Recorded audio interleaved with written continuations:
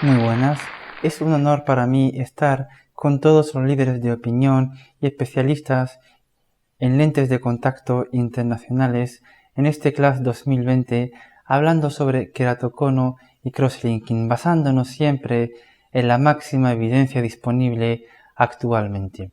Mi más sincero agradecimiento a los doctores Carlos Mayoral, Eduardo Amaral y en especial a mi querido amigo el doctor David Piñero por la invitación. A continuación mostramos el índice de esta charla. Hablaremos sobre la definición de queratocono subclínico y queratocono frustro, prevalencia y factores de riesgo en queratocono, tipos de riboflavina, factores esenciales durante la técnica de crosslinking y ya por último nos adentramos en los protocolos y técnicas disponibles actualmente. En cuanto a la definición de queratocono, se trata de una condición donde la córnea adquiere una forma cónica y un adelgazamiento estromal, afectando a ambos ojos, y es altamente asimétrica. Se trata de un proceso que induce un astigmatismo irregular, una miopía y un déficit visual. En este trabajo se observa cómo en cuanto a la fisiopatología, actualmente existe suficiente evidencia para concluir de que hay un componente inflamatorio crónico importante, no así una inflamación aguda. Están involucradas varias moléculas, entre ellas la metaloproteinasa 9 y la lisil oxidasa. En esta revisión sistemática se observa cómo los parámetros más usados actualmente para poder definir el queratocono subclínico y el queratocono frustro son los siguientes. Ambas entidades comparten de que presentan una córnea normal y un queratocono en el ojo contralateral, y la diferencia radica en que el subclínico presenta una topografía anormal y el frustro una topografía normal. En cuanto a la prevalencia y factores de riesgo en queratocono, actualmente disponemos de un metaanálisis, el más completo, con 29 artículos analizados, estimando la prevalencia en torno a 1.38 cada 1000 habitantes, siendo esta mayor en hombres que en mujeres, y los autores concluyen de que existe una baja prevalencia en el mundo. Pero sí que es cierto que hay países, como son los asiáticos, donde presentan una elevada prevalencia, como es el caso de Arabia Saudí, que se estima en torno al 5% de la población infantil. En cuanto a los factores de riesgo asociados a queratocono, los principales son los antecedentes familiares de queratocono y el frotarse los ojos, seguidos por el eczema, asma y alergia. Actualmente hay un estudio en progreso para estimar la prevalencia global de queratocono en los 5 continentes con un objetivo de más de 20.000 ojos por el grupo de Emilio Torres. Hay varios tipos de riboflavina. En el crosslinking EpiOff tenemos una ribo isotónica con dextrano al 20% y una ribo hipotónica libre de dextrano para córneas por debajo de 400 micras. En la técnica EpiOn la cosa se complica un poco más y la riboflavina se asocia a hidroxipropilmetilcelulosa y a varios potenciadores, entre ellos el cloruro de benzalconio, el ESTA y el tormetadol. Igualmente tenemos una ribo libre de dextrano. Actualmente, sin lugar a dudas, la técnica gold standard para detener la progresión del queratocono sigue siendo el crosslinking. Este se basa en los principios de las máquinas que utilizan los odontólogos para el blanqueamiento dental. Y son 3 los factores esenciales durante la técnica de crosslinking: la riboflavina, la luz ultravioleta tipo A y el oxígeno, que se ignoró durante años y fue la causa de resultados insatisfactorios durante la técnica de crosslinking. En ese trabajo del 2013 observamos cómo las córneas con niveles de oxígeno normales presentan una rigidez corneal aumentada de forma exitosa. Sin embargo, cuando eliminamos el oxígeno, el nivel de rigidez corneal disminuyó de forma considerable, siendo el efecto biomecánico del crosslinking oxígeno dependiente. Aquí se observa cómo al encender la máquina de crosslinking se produce una depleción brusca de oxígeno y al apagar la máquina de crosslinking se produce una restitución lenta del oxígeno. Igualmente, hace años se demostró que el consumo epitelial de oxígeno era 10 veces superior al consumo estromal de oxígeno. De ahí la importancia de una eliminación uniforme del epitelio corneal en las técnicas EPIOF. Todo esto empieza en el 1999, aunque no se publica hasta el 2003 por Wollensak, donde demuestran que el cross-linking aumenta el diámetro de las fibrillas del colágeno del estroma, generando una mayor resistencia de la biomecánica corneal. Por lo tanto, el cross-linking podría ser una nueva alternativa para la detención de la progresión del queratocono, en principio dirigida a los países en vías de desarrollo. Sin embargo, se ha convertido en el tratamiento estándar para estabilizar el queratocono actualmente. Son varias las técnicas de cross-linking que disponemos, desde la técnica estándar o convencional hasta la técnica personalizada, pasando por el cross-linking transepitelial, acelerado, iontoforético o asociado a cirugía refractiva. OneFitMed es un lente escleral delgado hecho a la medida que le permite a usted personalizar el diseño para cada ojo, logrando una oxigenación adecuada a la córnea y a las células madre.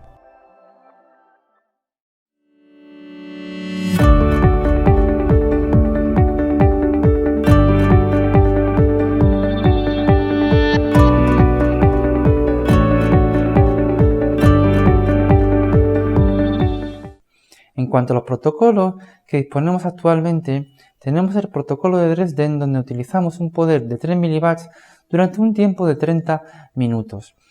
El protocolo de Jafezi, dirigido para córneas por debajo de 400 micras, tenemos que tener en cuenta que cuando eliminamos el epitelio durante la técnica EPIOF, la córnea debe quedar con un espesor mínimo de 400 micras para poder proteger el endotelio. Pero hay pacientes con queratocono avanzado donde los espesores son inferiores a 400 micras. De ahí que surja el protocolo de Jafezi, donde se emplea una riboisotónica junto con una ribohipotónica para poder hinchar la córnea. En cuanto al protocolo acelerado, según la ley de Bunsen-Roscoe, indica que una reacción fotoquímica se mantendrá constante si la energía total es constante. Por lo tanto, a menor tiempo de irradiación y mayor poder, conseguimos el mismo efecto que un tiempo de irradiación mayor con un menor poder de irradiación. En este trabajo se observa cómo el efecto biomecánico del cross-linking disminuyó significativamente con altas potencias y con tiempos de irradiación cortos, porque tenemos dos factores limitantes fundamentalmente: la capacidad de difusión del oxígeno y el aumento del consumo de oxígeno al elevar la potencia empleada de irradiación. De ahí que esto conduzca a una menor eficacia del tratamiento conforme aumentamos los poderes empleados durante la técnica. Este trabajo es interesante, llevado a cabo en ojos de cerdos con múltiples grupos de trabajo, desde 3 mW hasta 90 mW durante un minuto, y los resultados fueron estadísticamente significativos hasta 45 mW durante 2 minutos, sin diferencias de 50 a 90 mW. Además, los autores observan que las irradiaciones por encima de 10 mW y tiempos por debajo de 10 minutos tuvieron un fortalecimiento biomecánico corneal insuficiente. Esto lo traigo aquí porque también es interesante.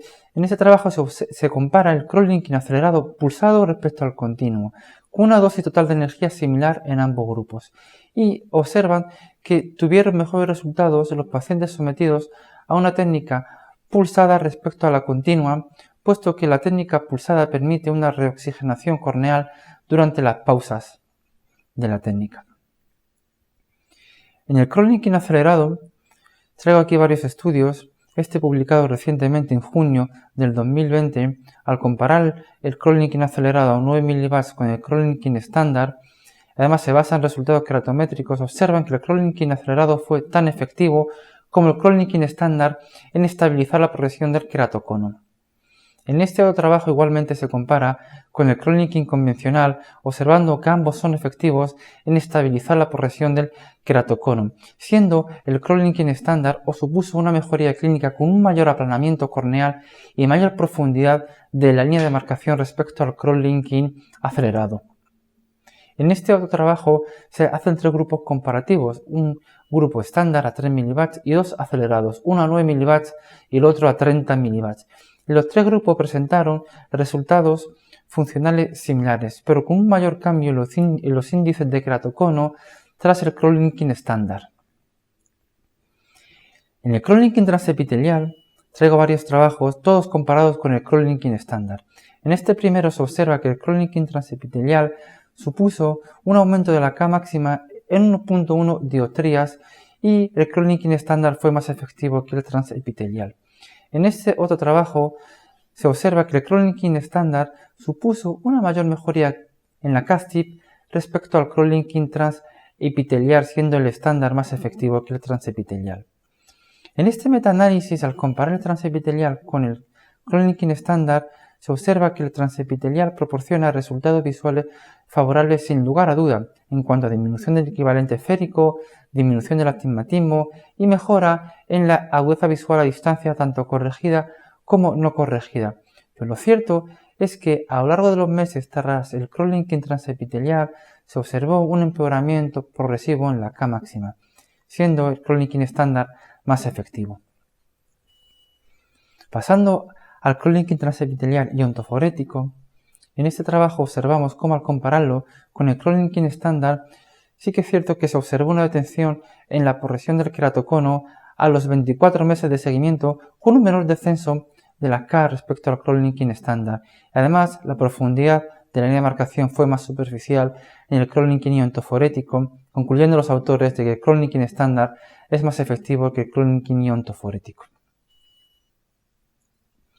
En este otro trabajo se determina la concentración de ribo en estroma anterior, medio y posterior en córneas cadavéricas, observando que la saturación de ribo fue mayor y más profunda en este orden: cross-linking estándar, cross-linking ontoforético y en última instancia el cross-linking transepitelial.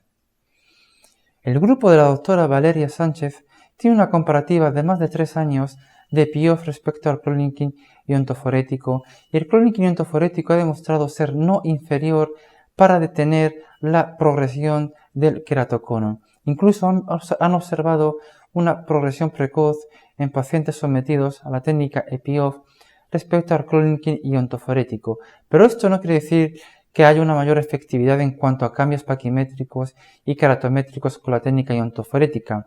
En cuanto a la línea de demarcación, como dije previamente, los estudios han demostrado que es más superficial en el cross-linking y ontoforético.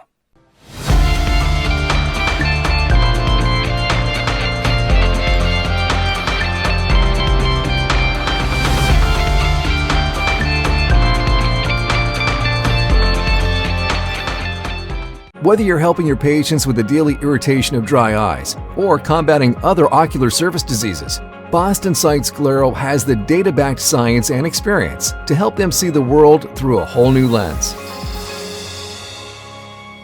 Con una perspectiva al futuro, se podría plantear si la técnica ontoforética se podría imponer al cross-linking estándar.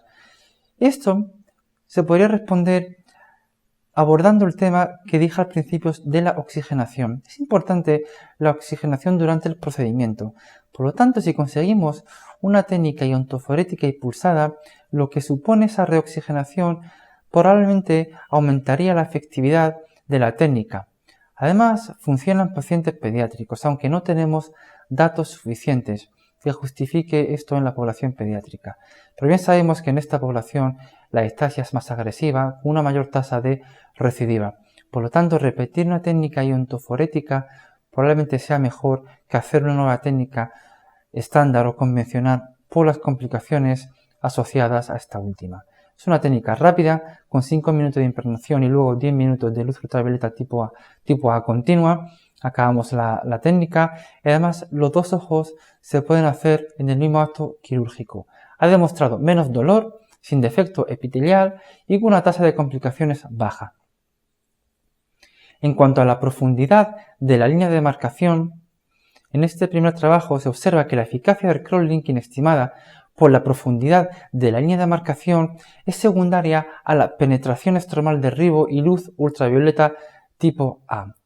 Este trabajo tiene una crítica por el grupo de Emilio Torres y de Jafezi, concluyendo de que esta afirmación debe usarse con precaución, puesto que la concentración de ribo no es el único factor modulador en cross-linking, siendo la presencia de oxígeno fundamental para el efecto biomecánico del cross-linking. Además, como bien sabemos, el epitelio actúa como barrera para la penetración del ribo y para la difusión de oxígeno, siendo el consumo epitelial de oxígeno 10 veces superior al consumo estromal de oxígeno, como dije al principio. De manera que la disponibilidad del oxígeno podría afectar a la eficacia del cross-linking.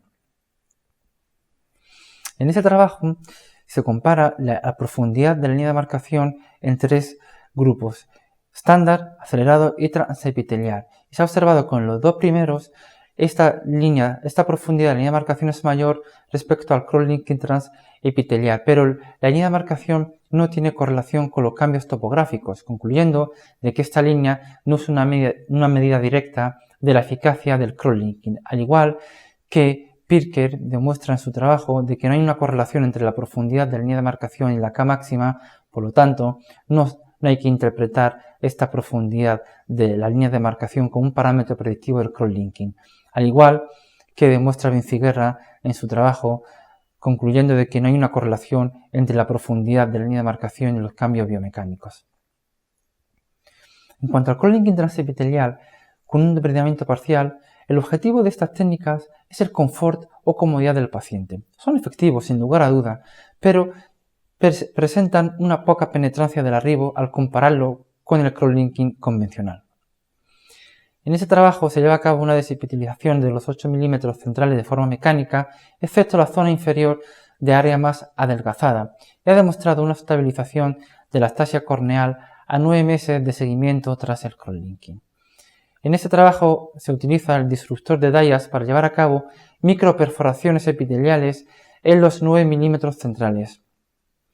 En este otro trabajo se lleva a cabo con una espátula franjas de 1 milímetro a 1,5 milímetros de ancho con 1 milímetro de distancia entre ellas en los 9 milímetros centrales, y ha demostrado buenos resultados en estabilización a largo plazo del queratocono, pero ha demostrado igualmente una pérdida importante de células endoteliales durante la técnica que podría ser motivo para futuros estudios.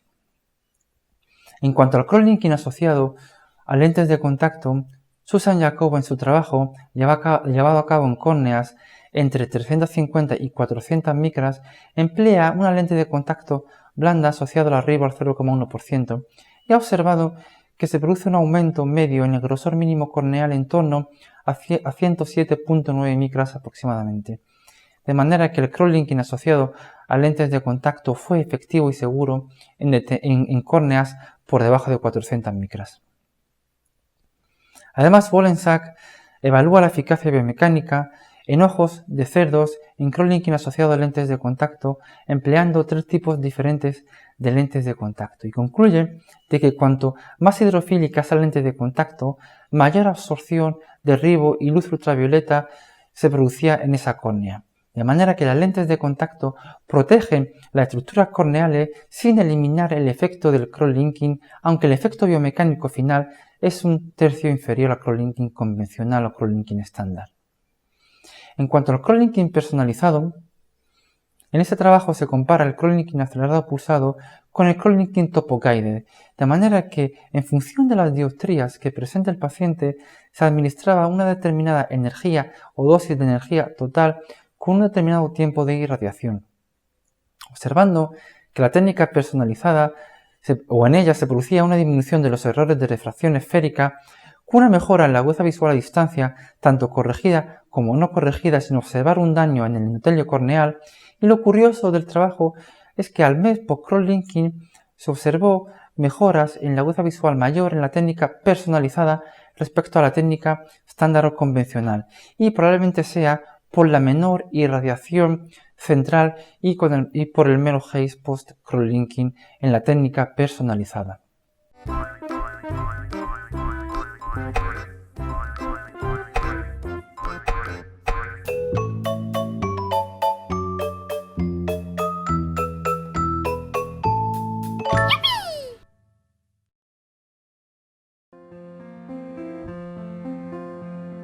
Un comprobado líder en la práctica de lentes especiales y ojo seco.